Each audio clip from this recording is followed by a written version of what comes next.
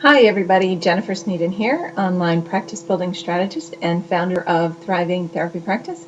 And welcome to this week's blog, How to Make Yourself Google-icious. I learned that word earlier this year in a branding workshop that I attended, and I just thought it was just a fabulous word, and so I've kind of co-opted it as my own. But really, what does it mean to be Google-icious? It means to have an online presence that is very powerful in the search engine rankings. The more Google-icious you are, the more likely you are to end up at the top of the page or on page one or easy to find in the Google search engine results. Now, many of you, when you think of search engine results, you automatically equate that with what are your keywords. And that's good, but see, keywords are only a third of it, and it's probably not even quite a third because it's not the most important piece. So there are three pieces of making yourself Google-icious, and if you're doing keywords, then you've got it. You've got one of them, but I want to share with you two that you may not know. So Google is constantly changing its algorithms, right? And what works today may not work with the next rewrite. So the caveat to all of you who are using online marketing and search engine rankings as a way of marketing your business is that you have to constantly be monitoring what's working, what's not working. You know, I spend so much time of my own staying up on these online marketing trends, and I like to make sure that I'm able to share them with you in a very concise way that works specifically for psychotherapists, because I know most of you don't want to spend hours each week. You're not as immersed in this as I am. So I like to take all of that and kind of condense it down for you. So let's talk about the three things that will make you Google-icious. And I also have put together a handout here that I think you'll want to download. So you can click on the link here, and I'm going to send you that download so that you can take some notes as we go along. And this is going to give you some more specifics on where you need to be focusing your time and energy.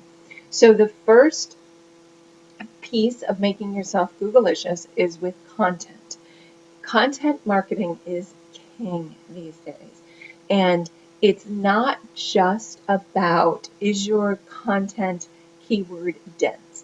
When I was first marketing my practice heavily online, probably, gosh, maybe 8 or 9 years ago, I would write something and then I would send it out to somebody who did search engine optimization, and they would dump in all the keywords, and there was an exact percentage. It was called keyword density, and you had to use your keywords every certain time.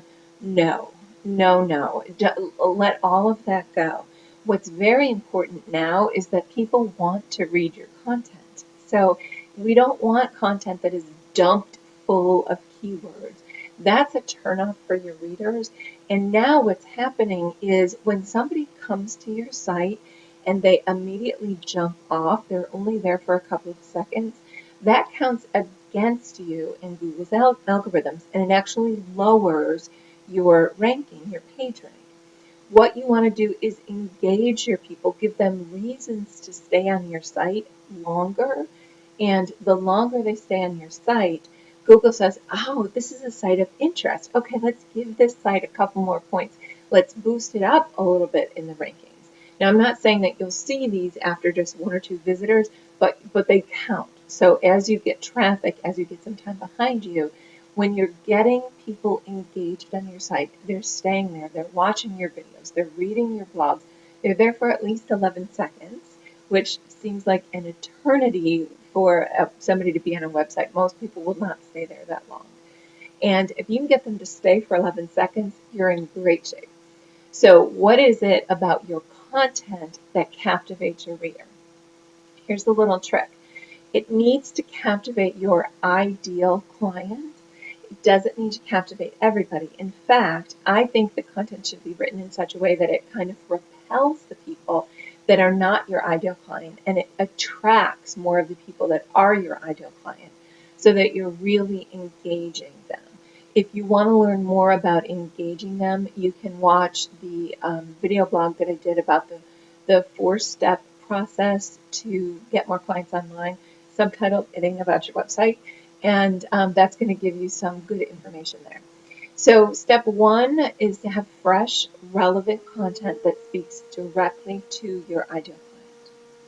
Step number two of making yourself Google-icious is to have keywords so that the search engine can match you up with the people who are interested in what you have to offer. However, keywords will count against you if you're artificially embedding them in your text. And it will count against you because people aren't going to want to read it. They're not going to be interested in what you have to write. And that stiff, keyword dense writing, it just has no place on your website anymore. But there's a lot of opportunities to still have keywords peppered throughout your website. And this can be done in your headers, it can be done in the tags, it can be done in the categories, it can be done in many different ways on your site. But if you have to choose between having a site that is keyword dense and having content that is fresh and relevant, always gear toward the fresh and relevant. So read through your site as though you were a potential client, and if any of it seems like, oh yeah, they just dumped all these words in there to try to get more people visiting them, take it out, because it's not what your potential clients are looking for. And then the third way to make yourself Google-icious is through social media.